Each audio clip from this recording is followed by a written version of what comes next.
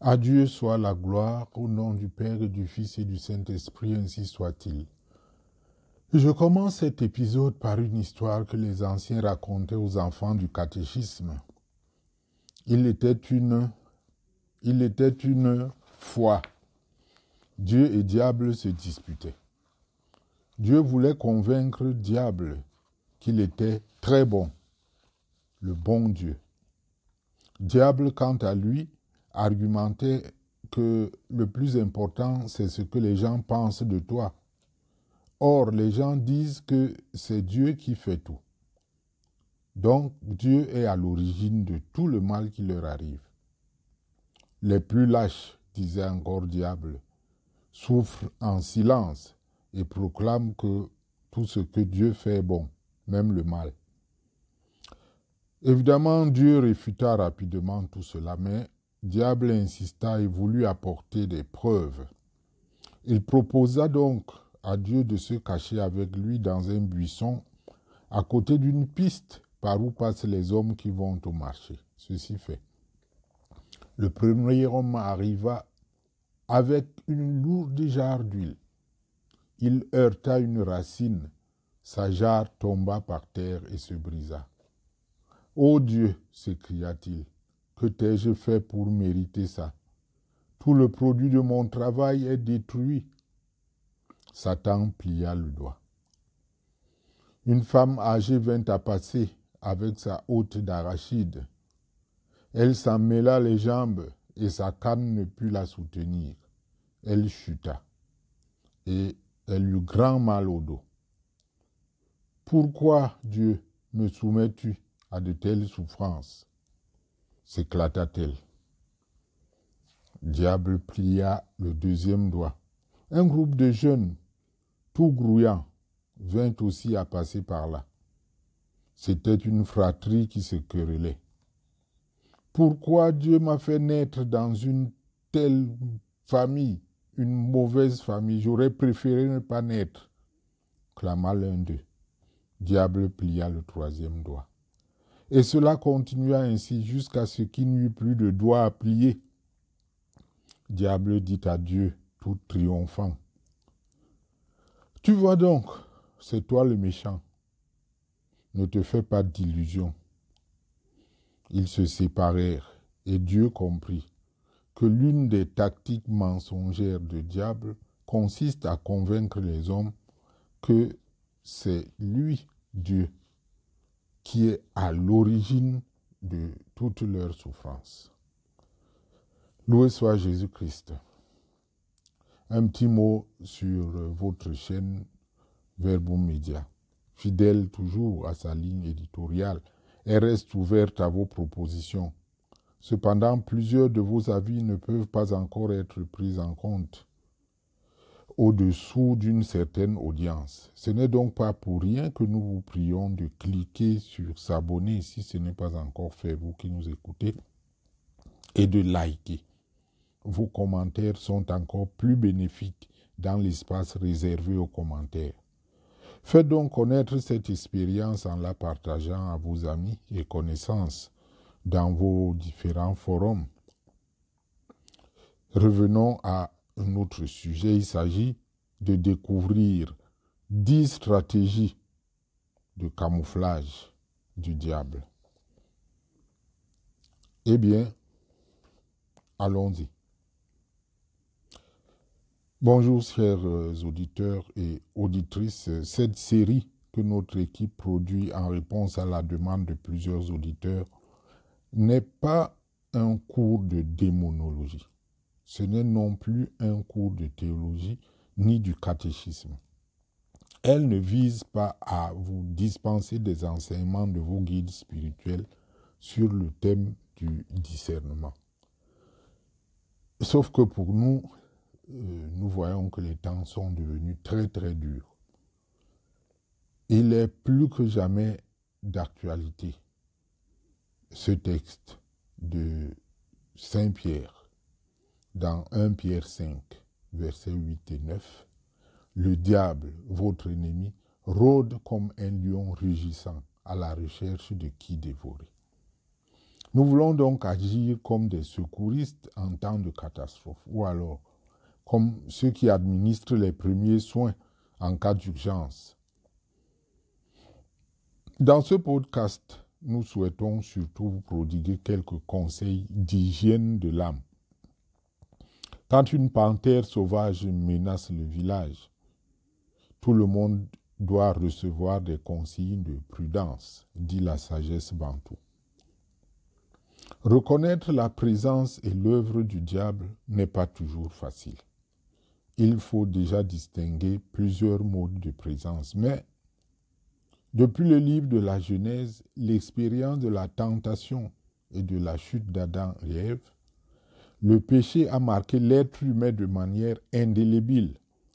Ce refus du bien a été réparé par le sang de Jésus-Christ sur la croix, nous enseigne la Bible et l'Église.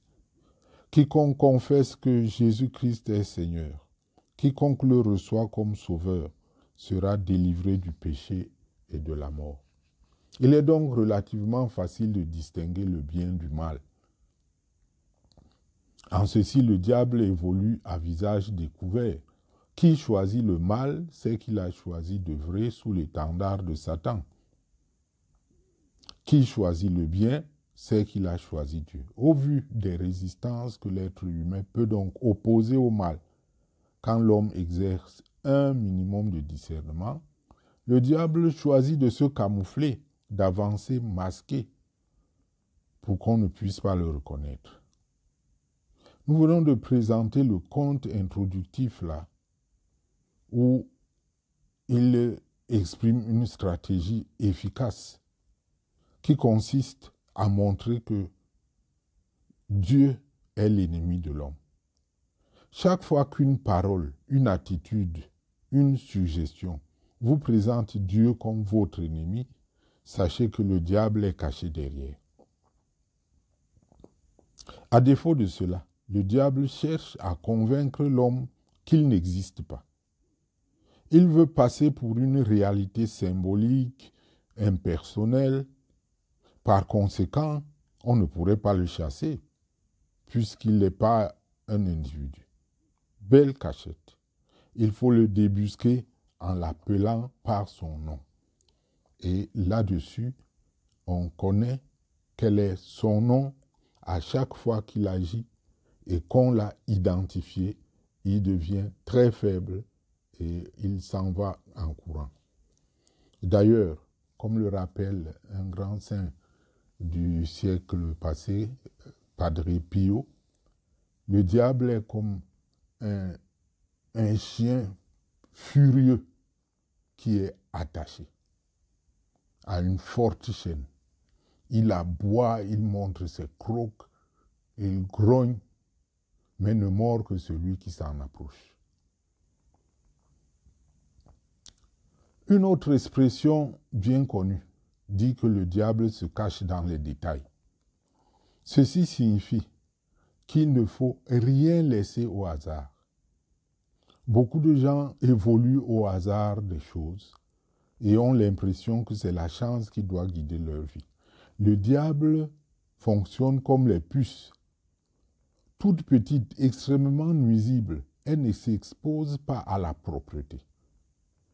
Il faut donc être très attentif dans la vie pour ne pas être surpris par celui qui est le roi du camouflage dans les embrouilles, dans les embouteillages, dans les cachotteries, dans la confusion des choses, des idées et des personnes. Poursuivons. Le diable sait aussi se cacher dans la facilité. Dans les offres gratuites, dans l'absence de l'effort. Partout, vous allez gagner sans travailler. Ou alors, arriver à vos objectifs dans une facilité extrême. Devenir riche, par exemple, en 5 clics. Méfiez-vous sérieusement. Très souvent, le prix à payer est trop élevé devant. D'ailleurs, les commerçants connaissent ce dicton qui dit que quand l'offre est gratuite, c'est vous le produit. Ensuite, La sagesse populaire est encore sensée quand elle dit que tous les excès viennent du diable, sauf l'excès d'amour. Examinez vous-même et voyez les ravages que font tous les excès. Excès de vitesse, excès d'alcool, excès de luxe, excès de pouvoir, excès de science, excès de philosophie, j'en passe. N'oublions pas la provenance même du nom démoniaque, qui signifie ange de lumière. Tout excès, même de beauté, doit être suspecté. La lumière n'est pas faite pour aveugler. Même l'éclairage de la sagesse, de la connaissance, peut détruire l'homme. L'excès de science peut détruire l'homme. C'est toujours l'œuvre du diable. Cette petite voix que nous écoutons souvent, quand nous sommes épuisés, quand nous sommes fatigués, vous n'y arriverez jamais, laissez tomber.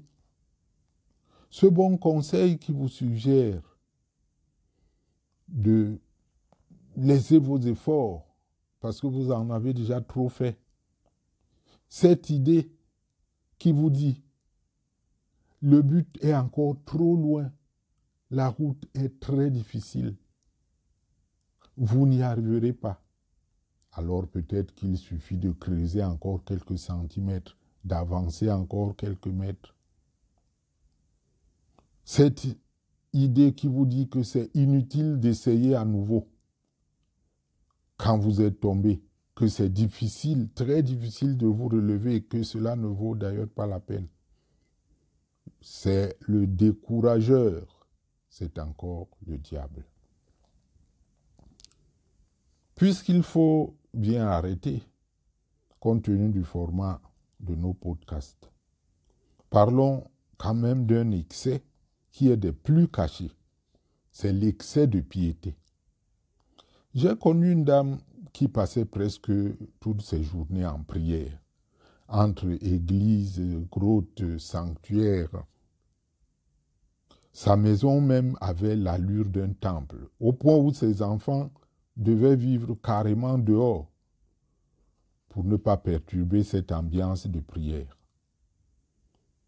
Bien évidemment, son mari était l'hôte permanent des grands bars. Cette dame, finalement, a failli tout perdre. Grâce à Dieu, elle a pu se relever, elle s'est rattrapée.